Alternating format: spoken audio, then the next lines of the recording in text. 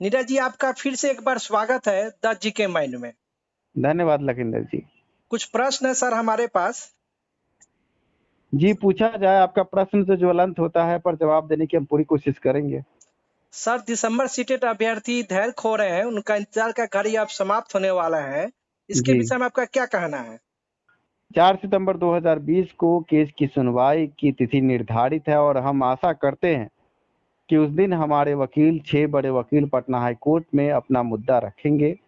और जिस तरह से अभी तक स्टे की बात है और अन्य बातें हैं, उन मुद्दों को देखते हुए हम ये कयास लगा रहे हैं कि जीत 100% दिसंबर सीटेट अभ्यर्थियों के हक में आएगी, क्योंकि सरकार ने कई बार नोटिफिकेशन में फेरबदल किए हैं और इस आधार पर दिसंबर सीटेट अभ्यर्थियों का केस बहुत मजबूत है। और अन्य कई मुद्दे हैं, जैसे आप आसाम का देख लीजिए और अन्य राज्यों में भी इस तरह के कई केस देखने को मिले हैं हमें, जिसमें अभ्यर्थियों को इस तरह के केसों में मौका मिला है। इस तरह के वक्तव्य जब जारी होते हैं हाईकोर्ट पटना से, तो पेपर के माध्यम से हमारे और आपके पास जरूर आते हैं। और जहां तक हम समझते हैं, दिसंबर सीटेट अभ्यर्थियों को 100% मौका मिलेगा। कई केसों में ऐसा हो चुका है। सर, क्या 4 सितंबर को ही फाइनल जजमेंट हो जाएगा या डेट आगे भी बढ़ सकता है? इसके देखिए, विषय में हाई क्या कोर्ट कहना है? में अभी केस की सुनवाई बहुत डिले चल रही है और देखा गया है कि कोरोना प्रकोप के बीच ऑनलाइन सुनवाई में कई प्रकार की तात्कालिक समस्याएं भी होती हैं। अभी तक जो स्थिति है, हाईकोर्ट की वेबसाइट पर 4 सितंबर की सुनवाई की वो सामने है।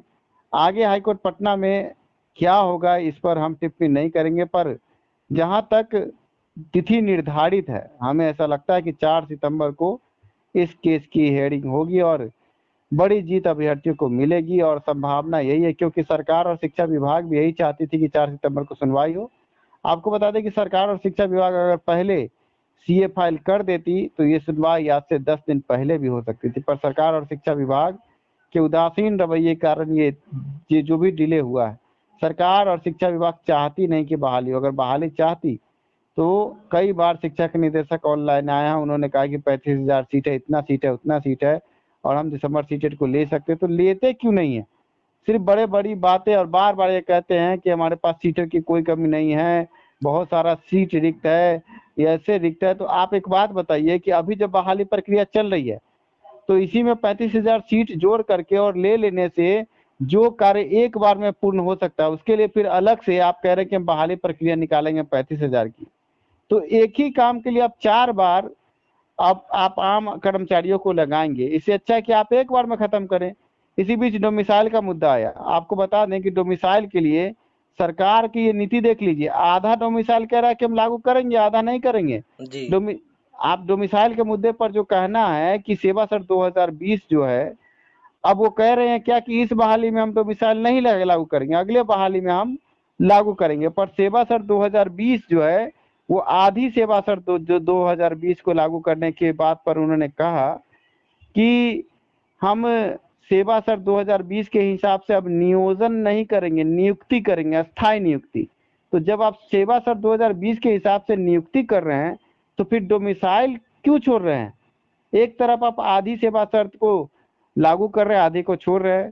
सरकार की मंशा साफ नहीं। और अगर आप 22,000 रुपए से तनख्वाह, 94,000 शिक्षकों की तनख्वाह अगर आप देखिएगा अपने कैलकुलेटर में, 94,000 इंटू 22,000 अगर आप करते हैं, तो आपके कैलकुलेटर में जो कैलकुलेशन है ना, वो इंड दिखाएगा। क्यों दिखाता है? क्योंकि इतना सैलरी देना होगा सरकार को, जो बिहार सरकार की कुवत नहीं है। जी जी। बिहार सरकार अभ्यर्थियों को आपस में कभी सीटेट कभी बीटेट के नाम पर उलझा के रखी हुई है। बहाली की कोई मंशा नहीं है। आप ये भी देखिए, चुनावी रोटी सेकने के लिए स्टेट के परीक्षा को आप देख लीजिए, सरकार ने आनन फानन में कल तिथि की घोषणा कर दी, सेंटर की घोषणा कर दी और परीक्षा के संबंध में कहा जा रहा है कि 9 सितंबर को परीक्षा होगी। और हर जिले में 5 केंद्र दिए हैं, 60 केंद्र पूरे बिहार में 12 जिलों के हिसाब से दिए गए हैं। जी अब इसमें विडंबना यह है कि सरकार को क्या लगता है कि 20 तारीख से आचार संहिता लग जाएगी। वो चाहती है कि आचार संहिता से पहले ही हम बहाली प्रक्रिया में इन लोग का परीक्षा ले ले, इन लोग को लटका दें कि इन लोग फिर दूसरे विपक्षी को वोट नहीं दें, हम ही को वोट दें, क्योंकि बहाली तभी पूरी होगी जब सरकार बनेगी इनकी। अब इस बीच में सबसे बड़ी विडंबना ये है, कोरोना प्रकोप के बीच कौन इन्फेक्टेड है कौन इन्फेक्टेड नहीं है, और पूरा बिहार त्राही त्राही है, न बस ठीक से चल रहा है न ट्रेन ठीक से चल रहा है। अब आम गरीब अभ्यर्थी 5,000 और 10,000 पर्सनल गाड़ी भाड़ा करके दूर दूर जो सेंटर दिया गया वहां कैसे पहुंचेंगे? गरीब का बच्चा कहाँ से 10,000 रुपया लाएगा?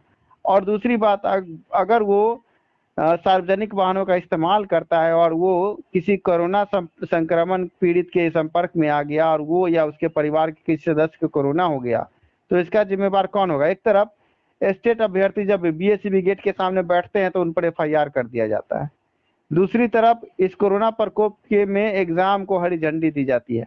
सरकार जो है वोट बैंक की राजनीति मस्त है, राजनीति रोटी सेकना चाहती है, चुनावी रोटी सेकना चाहती है। अभ्यर्थी आम अभ्यर्थी से कोई मतलब नहीं रह गया है।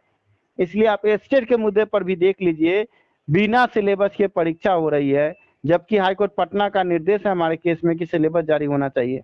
हम इस मुद्दे पर 1 तारीख को एक बड़ा केस करने जा रहे हैं मानना का, जिसमें अभ्यर्थियों को हमने सहयोग के लिए भी बोला है, और अभ्यर्थी एकजुट हो जाए। बिना सिलेबस के इस परीक्षा को हम नहीं मानेंगे। क्या पता कल होकर बिना सिलेबस की परीक्षा हो और फिर से परीक्षा रद्द हो जाए, तो अभ्यर्थी जो इतना समय देते, इतना मानसिक पीड़ा झेलते, कोरोना प्रकोप के बीच इतना मानसिक पीड़ा झेलेंगे, ये जिम्मेवार कौन होगा? जी सर, सरकार 1 to 5 और 6 to 8 मेरिट लिस्ट भी लगभग तैयार कर लिया है, पब्लिश भी करने वाला है। इसके विषय में आपका क्या कहना है? देखिए, इससे पहले भी एनआईओएस के केस के समय भी इसी तरह का मेरिट लिस्ट कई बार तैयार हुआ था, पर जैसे ही एनआईओएस डीएलएड अभ्यर्थियों ने केस जीता, सारा मेरिट लिस्ट धरा का धरा रह गया। बड़ी बात यह है, सरकार और शिक्षा विभाग जो काम आराम से बैठकर कर सकती है, इतने बड़े बड़े अधिकारी जो लाखों रुपए की तनख्वाह लेते हैं और कुर्सी गर्म कर रहे हैं। आप ये समझिए कि सिस्टम कहाँ है? जो सिस्टम लोकतांत्रिक ढांचा हमने बनाया था कि हमारे काम आए, कोई भी उच्च अधिकारी सब कुछ कोर्ट के मुंह पर थोप देती है और शांति से बैठ जाती है।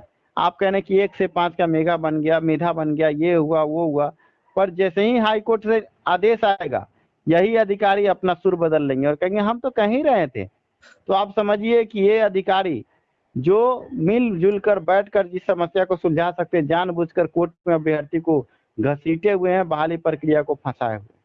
और 1 से 5 की मेधा सूची की आप बात कर रहे हैं, अगर बन भी जाती है केस जीतने के बाद, इनको दोबारा सब कुछ प्रक्रिया करना होगा। धन्यवाद सर, कीमती समय देने के लिए। आपका भी धन्यवाद लखिंदर जी, और जिस तरह के ज्वलंत सवाल आप पूछते हैं, दिल से तो बहुत कुछ निकलता है। क्या बताएं, इस बिहार राज्य में अंधेर नगरी है, और जिस तरह सरकार की नीति है, हमें लगता नहीं है कि अभ्यर्थियों के पक्ष में, और अभ्यर्थी एक दूसरे से लड़ते, उनसे भी निवेदन करेंगे कि लड़ना छोड़ो और एकजुट होकर के इस कदाचारी सरकार के खिलाफ आवाज उठाओ। धन्यवाद। Okay sir.